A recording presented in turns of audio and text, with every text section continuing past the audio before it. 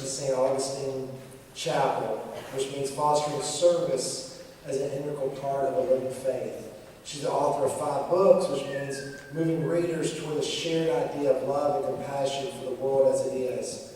And she's the founder of Magdalene, a residential community for women who have survived lives of prostitution and drug abuse, which means offering a chance for recovery at all levels and for grounding in day-to-day living skills. In 2001, Becca founded Thistle Farms, a nonprofit business of Magdalene, a social enterprise in which women make and sell natural bath and body products, and all proceeds directly support the community. So, I'll turn it over and please welcome Ms. Becca Stevens.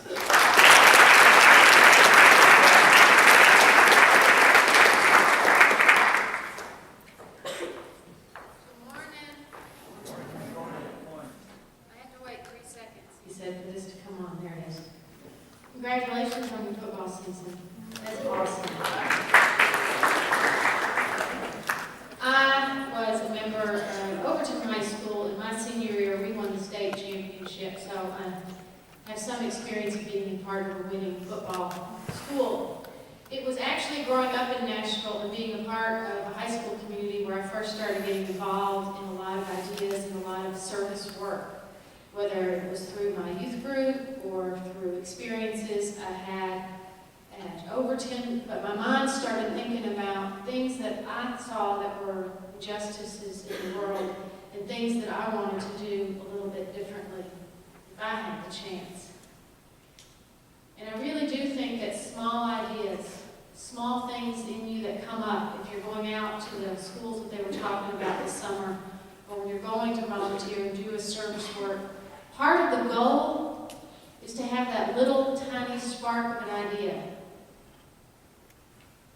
Have a space and a place to take root and grow into something beautiful. A small idea in a big world can make a huge difference. A small idea in a big world can make a huge difference. What happened for me is as I went to school, I was a math major. I was at Swanee and I was a math major. And then I decided I wanted to go help one of the most basic problems in the whole world, which I thought was feeding children. Went to work for Bread for the World in Washington, D.C., started looking at all the political issues around hunger in the world, and realized that I needed to go to seminary to figure this out. That it wasn't just a political issue, it was a really spiritual issue for me. That how we can all live together in community and love each other, and how it is that some people are starving still.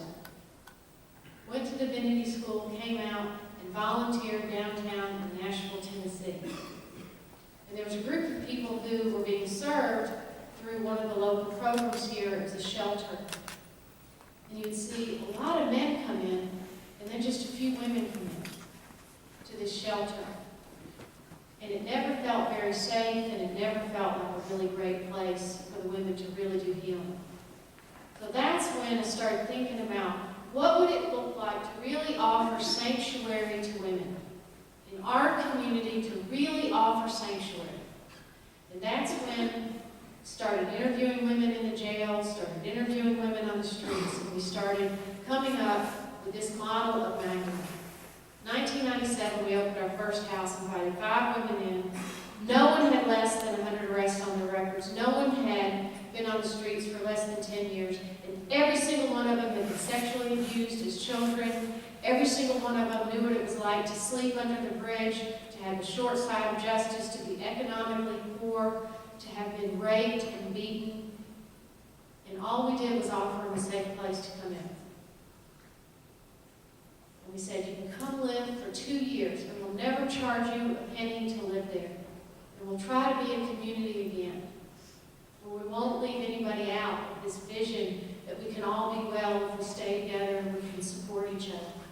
So the 5 women came in, everybody stayed off the streets, everybody stayed clean and sober, and so we've been continuing to do this every day since August of '97.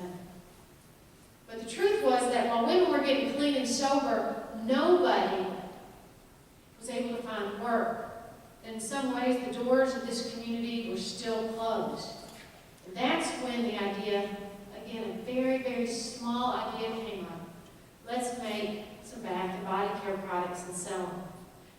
know, in the whole service industry world and the service learning, all of that, the big thing now is social enterprise. And I know you've had conversations about that. That social enterprise is the idea that you make something or you do something and you sell that service or that product, and that money goes back into the communities that you're trying to help.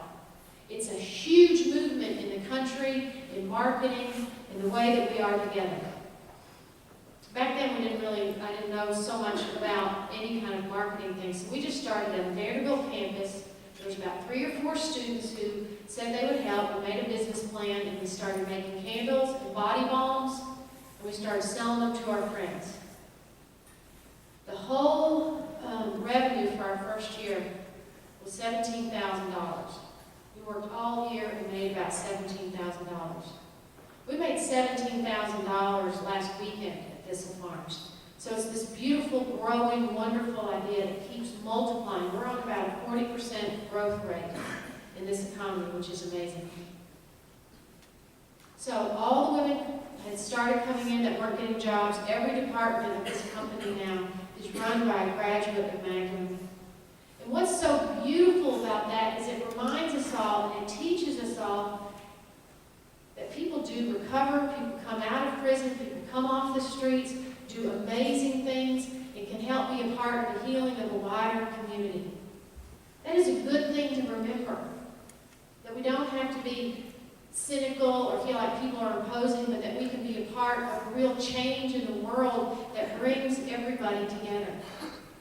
So what happens is, every morning before we start work, we sit in a circle and we light a candle.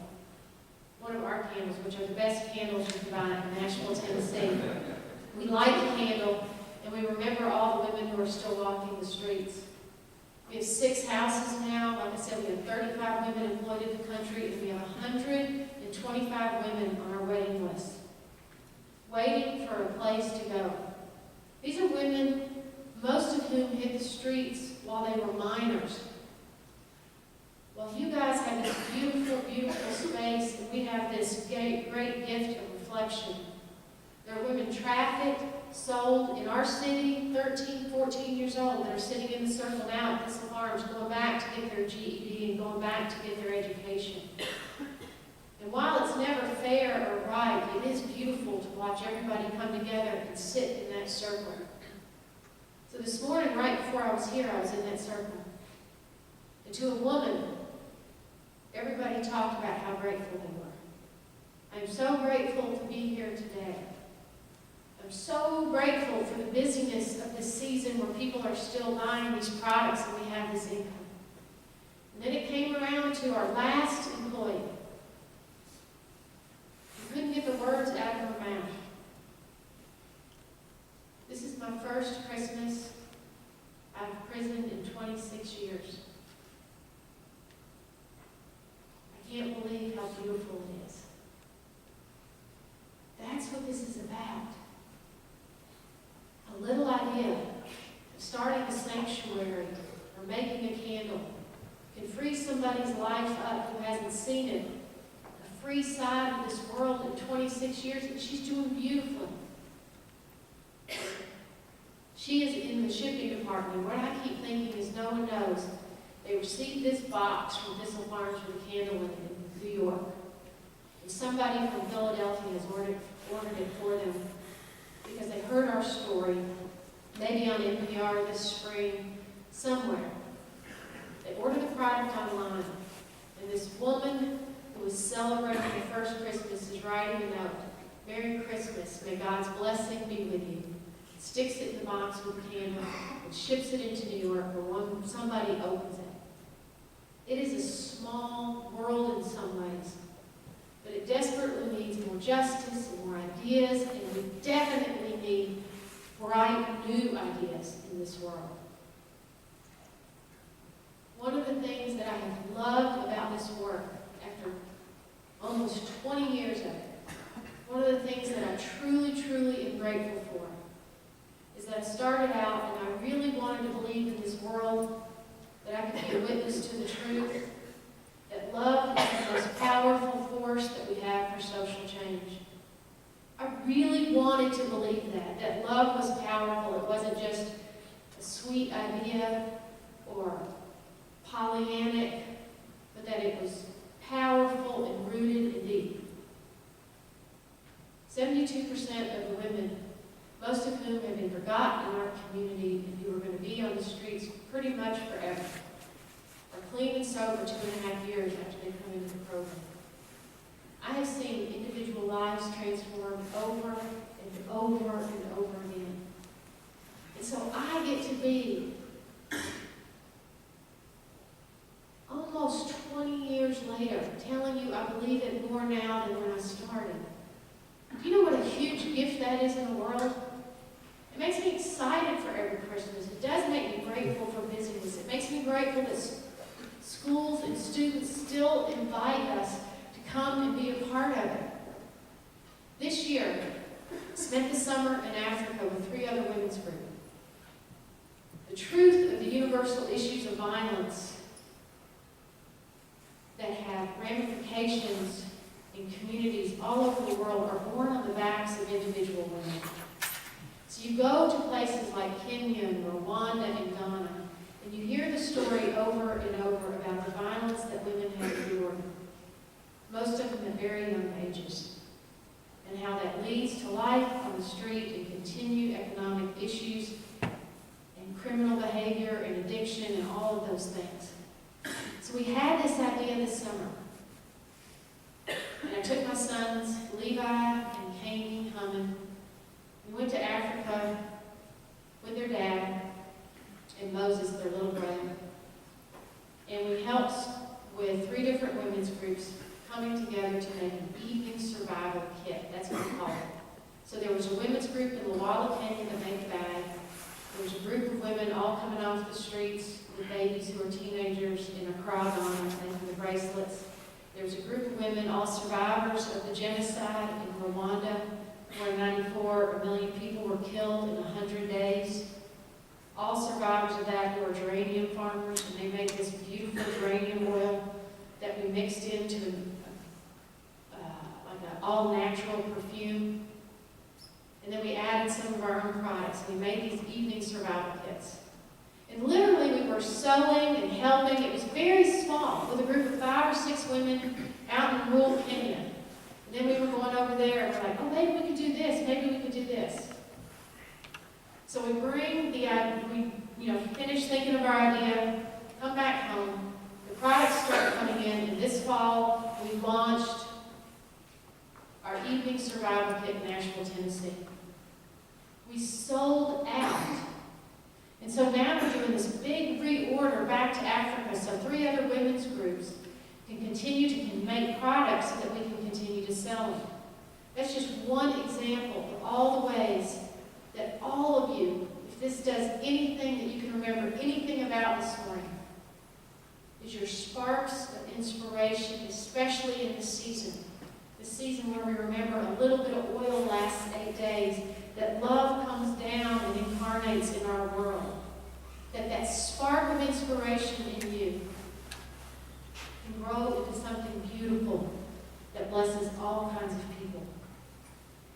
We are so grateful to be here. I love Ensworth. Love it. Y'all are great.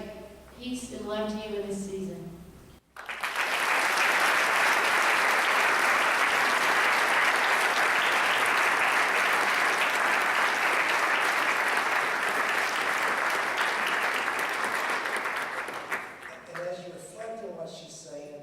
Service is not just Friday. Service is not one day a week. Service is something that is in you all the time. And when that spark comes, that's what you gotta act on. You're on break.